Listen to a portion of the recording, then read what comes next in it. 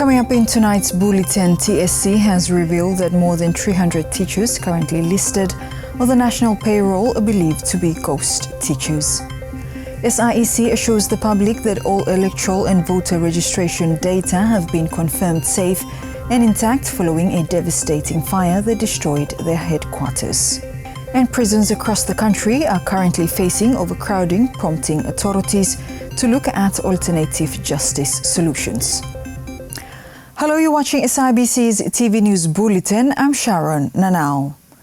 The Teaching Service Commission, TSC, has revealed that more than 300 teachers currently listed on the national payroll are believed to be ghost teachers.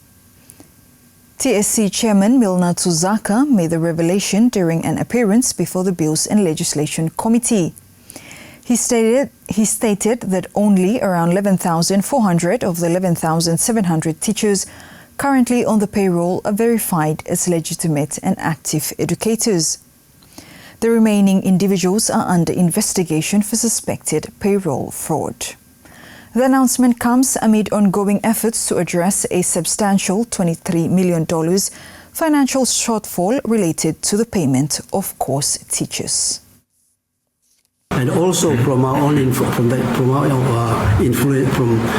from our control as well, that we are also working with them to address this $23 million financial shortfalls on ghost teachers. You see, we came up with that too. Can we address that ghost teachers? And we influence also. Now, SIBC assures the public that all electoral and voter registration data have been confirmed safe and intact following a devastating fire that destroyed their headquarters. Andrea Mahanua reports. All electoral and voter registration data have been confirmed safe and intact following a devastating fire that destroyed the headquarters of the Solomon Islands Electoral Commission, SIBC, early Wednesday morning. Chief Electoral Commissioner Jasper Highwood-Anisi, through a media statement released today, assured the public that critical records were unaffected by the fire thanks to secure off-site storage and government ICT backups through the Solomon Islands government network. Mr. Anisi said no injuries were reported and that staff safety remains the Commission's top priority. He said the Commission is taking swift steps to ensure continuity of operations. Staff have been temporarily relocated and plans are in motion to secure a suitable interim office. Despite the loss, preparations for the 2028 joint national and provincial elections will continue without disruption. Investigations into the cause of the fire is now underway. Andrea Mahanua for SIBC TV. Now, prisons across the country are currently facing overcrowding, prompting authorities to look at alternative justice solutions.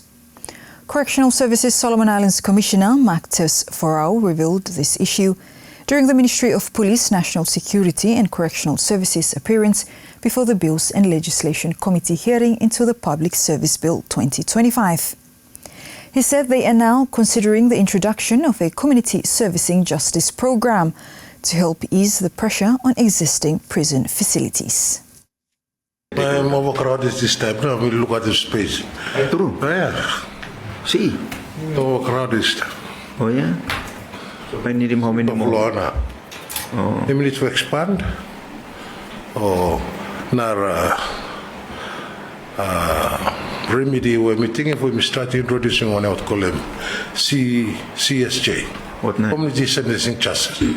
Huh? Community Sentencing Justice. Also, more minor cases here. Charge me sentencing more for doing community work. Yeah. From side road, picking plastic. Picking plastic, cleaning school, cleaning public road, playing field, community, like that. They're not current supervisor. Me, this come back 3 months ago from one or two. Me ask him different for funding 3 kilometers for me go study na system local law CSS me more than 20 years now. Oh yeah. Yeah, so me go looking para vocable lokata perhaps by vocable. Currently, only Rove and Tetere prisons have any remaining space to accommodate inmates. All other facilities are operating at full capacity. Throughout the country, we have 614 beds. We are now on 585. And so smaller prison room we crowding na so only space me karem no mo rove and tetere. Ay mo okay me harem MMT I'm full luna. I see. Okay. I'm full luna so. I'm na that's why me go the province me look at land. Then me find them land more than non-children for building prison. Ay turu man. Not a problem. Trouble mo. So you me try for address him CS chair. If I'm coming to with him for review mark this time correction act. We try for put inside. Then they introduce that would be remedy for a little bit time, but the sustainable one is to expand our correction facilities, increase the beds. Like Nabanan must increase too, population grow, yeah. School must increase too, prison must increase too. That's what I end up there. CSOs had an opportunity to share valuable insights during the Pacific Island Forum Leaders meeting in Honiara last week. Andrea Mahanwa with the details. Civil society organizations, CSOs, had an opportunity to share valuable insights during the Pacific Islands Forum Leaders meeting in Honiara last week. The dialogue helped to inform leaders' decisions during the plenary and retreat sessions. SIBC TV spoke with the General Secretary of the Development Services Exchange, Jennifer Wate, following the dialogue session. I think this is the first time for a big number of civil society organizations who come together and participate. That was what I heard from those who have attended in the previous Forum Leaders meeting. And for that, we're really happy because we've asked for a good number of our civil society organizations, the local organizations, to participate. And yesterday, as the coordinating body for NGOs in the country, I think that was one of our big achievements. Also, it was a great opportunity for us to participate at the CSO dialogue. There were 4 thematic areas where OTA representatives, including those from the Pacific Regional NGOs, the Pringos, the Pacific Island Association of NGOs, which the SE is a member of, and as well we have a representative who were also able to participate. And one good thing about it is the participation of young women. Prior to the regional event, local and regional CSOs gathered to unpack their collective untold stories on a range of issues such as climate change, gender-based violence, youth unemployment, and corrupt dealing systems. So the People's Forum last week, where it's a space for CSOs to come and talk about the issues within our countries. Yeah? So Ram patlo that one, moderating sessions as well, and then contributing sessions too. This week, we are here at the Aquatic Center. We not only Ram Silva, but other CSOs, where we come for showcasing what na Ottawa where we doing. The importance of us getting engaged in this space is very important to us because here, you miss looking holding our government accountable to their commitments. For example, regional leaders agreed to a Pacific declaration, gender declaration, where it is very important for women in the Pacific in addressing needs and youths and vulnerable people. So it's important for me to go on at the regional level. Andrea Mahanwa for SIBC TV. Now, judicial officers have completed a 2-day judicial well-being session in Honiara today. The initiative was organized by the Ministry of Justice and Legal Affairs in collaboration with UNICEF to support the mental, emotional and physical health of judicial officers. The sessions here today, these 2 days, were for people working in the justice system. And as you might know, these people are here to serve us, to help us with many things in society. They're really a very vital part of society. They are key people. Now, the amount of stress that these people have to deal with on a daily basis can really not be underestimated. They have to listen to stories which are very traumatic. They have an enormous workload, and they have to deal on a daily basis with very difficult situations. Now, the purpose of this workshop is basically how can we help them with all the stress that they have? How can we improve their well-being now and in the future, so that they can basically keep on serving us in the best possible way and protect our society from things that we do not want to happen. Judicial officers face a range of stress and distress due to heavy responsibilities. The nature of the cases they handle and the expectations placed upon them.